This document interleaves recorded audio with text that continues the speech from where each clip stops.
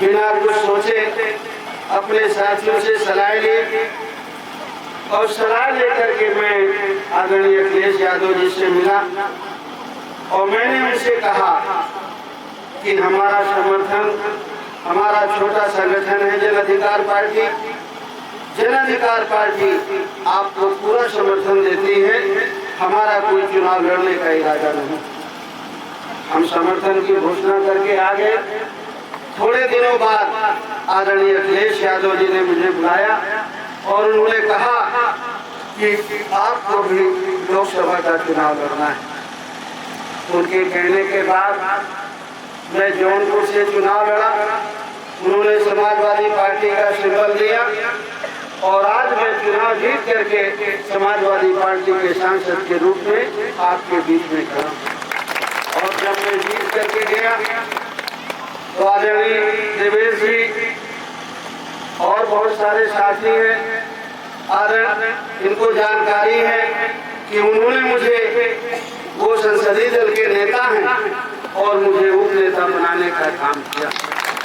इसके लिए मैं अपनी तरफ से और आप सब साथियों की तरफ से आदरणीय अखिलेश यादव जी को धन्यवाद देता हूँ और शुक्रिया अदा करता हूँ।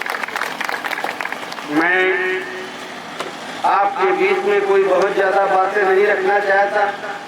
मैं इतनी ही बातें कहूँगा कि अगर हमें अपना हक हिस्सा लेना है, अगर हम चाहते हैं कि हमारे बच्चों को जीवन के हर क्षेत्र में आगे बढ़ने का मौका मिले, चाहे वो एजुकेशन का क्षेत्र हो, पढ़ाई का, चाहे वो रोजगार का क्षेत्र हो, चाहे वो मान सम्मान का क्षेत्र हो, तो निश्चित तौर पर हमें राजनीति में कुछ डिसीजन, कुछ फैसले लेने हैं। 10 सालों से जब से भारतीय जनता पार्टी की सरकार बनी, कहीं कहीं पर हमारे लोगों की गलतियों के कारण, और जब से भारतीय जनता पार्टी की सरकार बनी तो बड़े पैमाने पर पिछड़े और दलित और अकलियतों का हक मारने का काम किया है। अभी 69,000 शिक्षक भर्तियां 4-5 साल पहले हुई। 69,000 शिक्षक भर्तियों में हमारा 27% का रिजर्वेशन बनता है, आरक्षण बनता है। वैसे तो हमारा हिस्सा बनता है कि जिसकी जितनी संख्या उतनी उसकी हिस्सेदारी, उस हिसाब से तो जितना पिछड़े और दलित की आबादी है, आबादी पिछड़ों की है 50 से 55% और हमारे शेड्यूल कास्ट के साथियों की है लगभग 23%।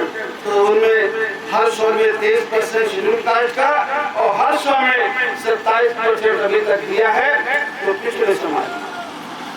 लेकिन जब शिक्षकों की भर्ती हुई तो बामुश्किल में 3.5% पिछड़ी जात के बच्चों को मिला और शेड्यूल कास्ट के बच्चों को 14-15% देने का काम।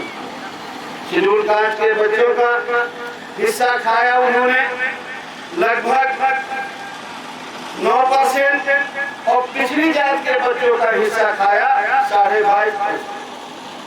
अगर ईमानदारी से भर्ती होती तो हमारे 16,000 बच्चे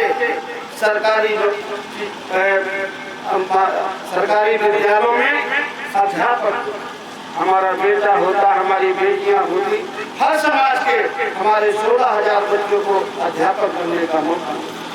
लेकिन 22 का जब चुनाव आया तो सरकार ने कहा कि हम करेंगे भर्ती, जो पिछड़ों का हिस्सा मारा है, दलितों का मारा है, हम देंगे। लेकिन जब चुनाव हो गया 22 में तो फिर उसको ठंडे बस्ते में डाल दिया। और जब हमारे बच्चे हाई कोर्ट से चुनाव जीते, हाई कोर्ट से जीते कि सरकार को भर्ती करना चाहिए, सरकार ने गलती किया है पिछड़ों के साथ, दलितों के साथ, उनका रिजर्वेशन का कोटा खाया है, तो सरकार ने कहा कि हम करेंगे और पीछे के रास्ता सुप्रीम कोर्ट भेज दिया ताकि वहाँ से स्टे हो जाए और हमारे बच्चों को सरकारी नौकरी मिल जाने का मौका। मैं आपसे ये कहने के लिए आया हूँ कि अगर आप चाहते हैं कि हमारे बच्चे को जो 16,000 रह गए हैं वो लगे, शेड्यूल कास्ट के बच्चे जो रह गए हैं उनको रोजगार मिले और हर क्षेत्र में चाहे सरकार के जितने संसाधन हैं, चाहे वो सरकारी नौकरियां हैं, प्राइवेट सेक्टर के जल जंगल जमीन है, जो हमारा संविधान कहता है, बाबा साहब अम्बेडकर ने जिसे लिखा है कि हर क्षेत्र में जितनी हमारी आबादी है, आबादी के हिसाब से हमें हिस्सा मिलना चाहिए। और अगर हमें हिस्सा लेना है तो हमारे लिए जरूरी है कि समाजवादी पार्टी की सरकार देश और प्रदेश में बनाई जाए, तभी हमारा और हमारे बच्चों का हित। आज ये उपचुनाव है उत्तर प्रदेश में।